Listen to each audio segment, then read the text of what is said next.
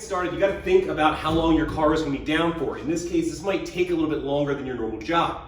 As such, I wanna make sure I have adequate access if I really gotta dig into things. So we're gonna go ahead and spin the car around, because remember, the axles are coming out of each side before we can pull the carrier out. Ahead for these things before you just go ahead and put the thing up on jack stands and take it apart, and you're like, oh crap, now I gotta move it.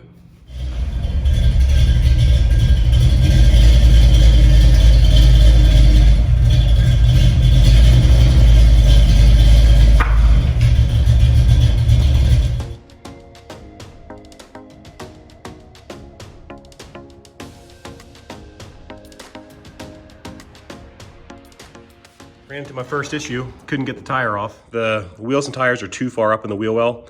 So instead of supporting it from the axle, we'll have to move the jack stands, temporarily support it from the frame, and then we can go ahead and pop these off. Okay, we got that sorted. The issue was the lowering blocks. This thing's been lowered so much, it shoves the axle that much further up in there, gives it that cool stance.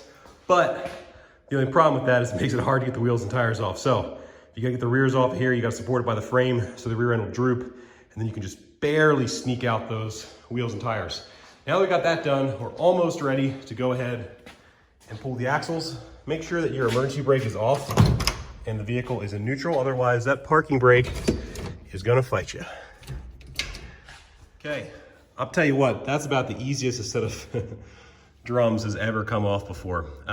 They popped right off. Now, see this cutout right here?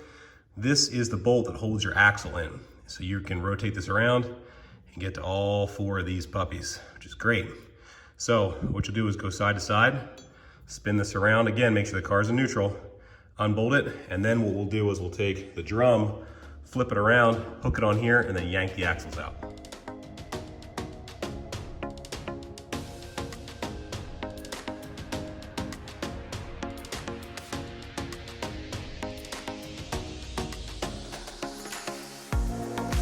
That was super easy. That trick using the drums is really great. Go ahead and put those nuts back on so you don't lose them when you're done. They do hold the rest of your brake assembly together, so if those bolts were to fall out, stuff would start falling apart. They require a 9/16 wrench. I didn't put anything on the back, I just used my impact and they popped right off. You will also want to go ahead and mark your axle shafts. So as you can see, the driver's side is a lot shorter than the passenger. Another thing to probably point out at this point is you want to look at your axle seals. You know, if all this stuff is coated in gear oil and all nasty, chances are that seal is bad. Mine are fine. You also want to go ahead and check your bearings. And honestly, what I did in my case was just rotate these puppies around, felt them. Nothing crunchy. I don't feel any weird, you know, nothing feels odd with any of these. If they were crunchy or nasty, you want to put them up in the press and install new ones, but I think for right now we're good. The next step is gonna be get underneath the car and start draining the fluid from the diff. Okay, the next thing you're gonna wanna do is remove your drive shaft. Now, you don't wanna pull this, you're gonna remove it from the yoke, but you're not gonna pull the drive shaft all the way out of the vehicle, because if you do, it'll leak up at the front. So my recommendation is to pull these caps, carefully remove this, and then you wanna secure it, because if you drop this on the ground and these little end caps come off, all your needle bearings will just run away. So you don't want that to happen. So go ahead, knock these loose. A couple quick tips, just as I said, make sure you got something as a safety catch. I used like a bungee cord just to make sure that drive shaft wouldn't fall. Another thing is when you're undoing the bolts on the third member there's these little copper washers beneath it. You got to get those out too, otherwise it's gonna be a super big pain to pull everything apart and even get the oil to drain. Also, if your old car is lowered like mine, that little like snubber up there on that top, that actually prevented me from getting it out. I had to remove that little rubber piece in order to be able to pull everything down. Just something to think about. All right, we've got everything set up in our little homemade fixture here.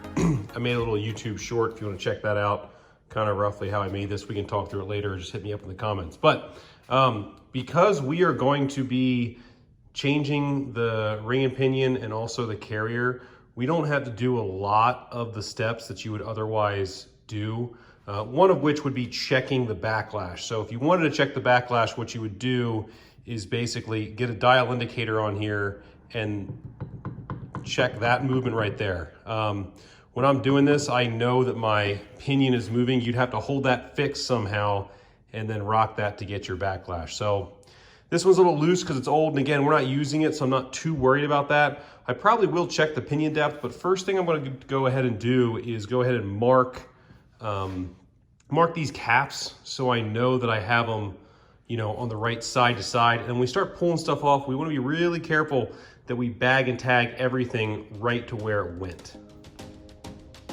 Okay, just in case that wasn't perfectly clear, I'm taking a little punch and I'm marking each bearing cap to make sure that it goes to the correct side. These things are machined in place, so you don't want to swap the caps side to side. After that, just start removing stuff, use an impact, whatever you got, and throw it all in a bag and mark it up all nice so you know which side it goes to. Okay, so we got everything bagged and tagged so far. This is going to be the process we follow throughout the whole disassembly. We went ahead and pulled our carrier and our ring gear out. Again, we're not going to be reusing any of this stuff, so I didn't go ahead and check the backlash. We will be measuring the bearing OD, and I do want to try and get a good measurement for the pinion depth, so when I pull this, I can see if there's any markings on it.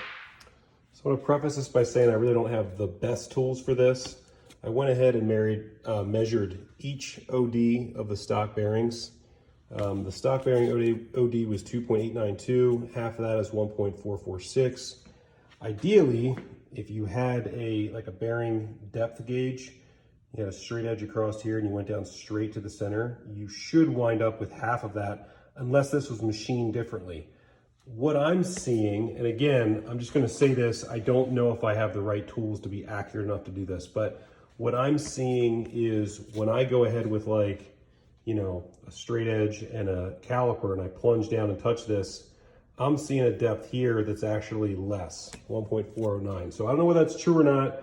I'll do a little bit of research online, but it would kind of lead me to believe that this is sitting down deeper. It's machined deeper in there than the center line of the bearing. Now I also went and tried to get a measurement from here to the face. It's like the bearing depth right there. That measured out at 1.140. I'm relatively confident of that within a couple of thousandths. So those are kind of the measurements you're going to want to try and get if you can. A lot of times the pinions are stamped with a number on them when you get them. So that can kind of help you get your setup to get your pinion depth kind of within the ballpark. You still have to run your pattern when you go ahead and install it, but sometimes that's helpful to kind of get you a starting point. So we'll flip this over and just keep on disassembling.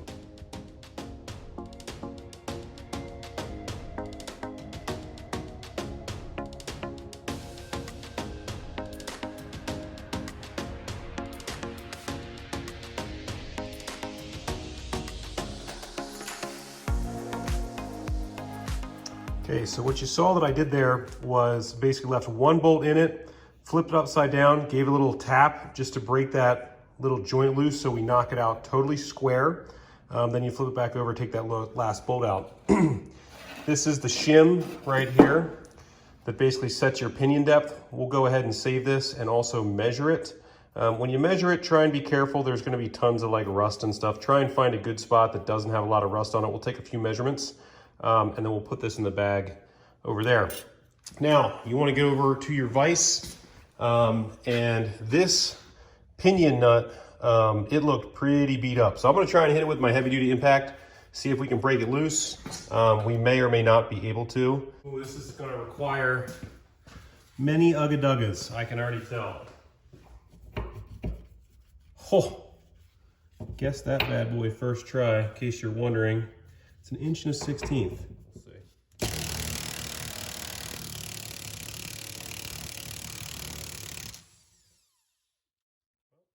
Okay, that was exciting, and that actually worked out pretty well. Next thing you're going to want to do after getting that nut off is to actually get your yoke and everything separated.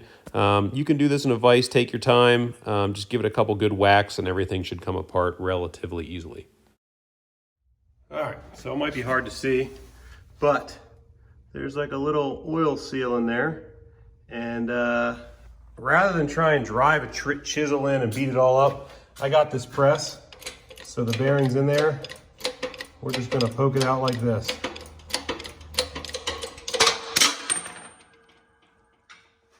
Hope we didn't need any of those. All right, live and learn. The only thing I'll caution you about that method is depending on the type of seal you have, like this seal right here, it didn't really have a way for me to pry up under it, right? Like a lot of these seals have a lip that sits over the edge. This one didn't, and that's why I did that. But I did watch a video, and there's this little like oil slinger that sits on the inside of some of these seals.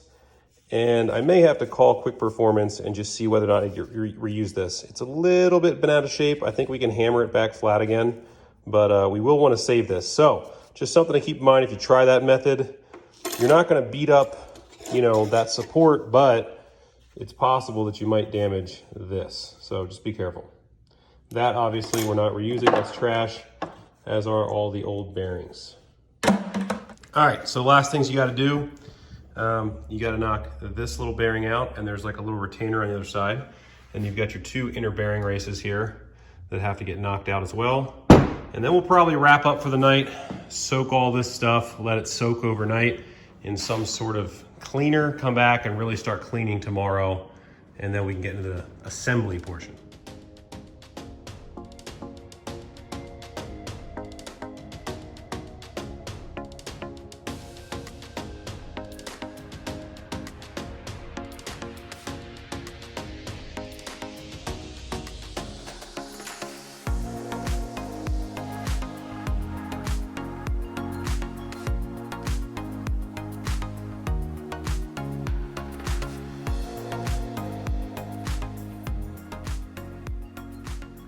There you have it. It's totally torn down. Everything's broken loose. Just need to clean it up.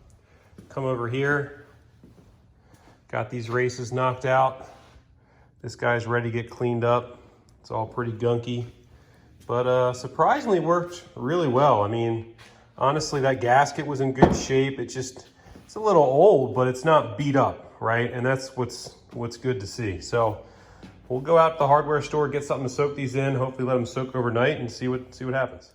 Okay, just like I said, I went and got some Purple Power from AutoZone. I've got the parts soaking in here, and the plan is to come back tomorrow, and then we'll start like the reassembly part of the video. This kind of is gonna more or less wrap up this part. Sometimes it's helpful to see how things come apart and get a full picture. Obviously, the install portion will have a lot more detail.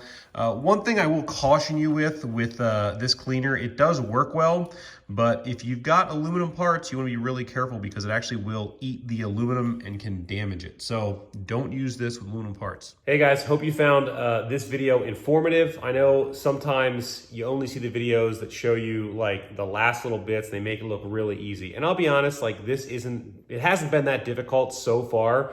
But if you've never set up a rear end before, it really helps to watch all the steps because there's a lot of nuances.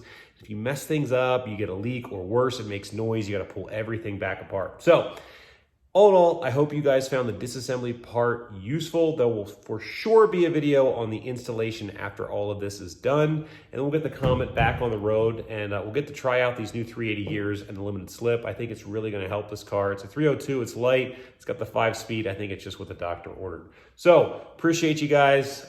Don't forget to subscribe if you're not subscribed yet. It really helps me out, and that way you know when new videos are posted. I'll try and get you another video here in the next week or two. Just I'm working on this thing after work. But we'll wrap it up for the night. You guys have a good rest of your weekend. We'll see you next time on Truck and Roll.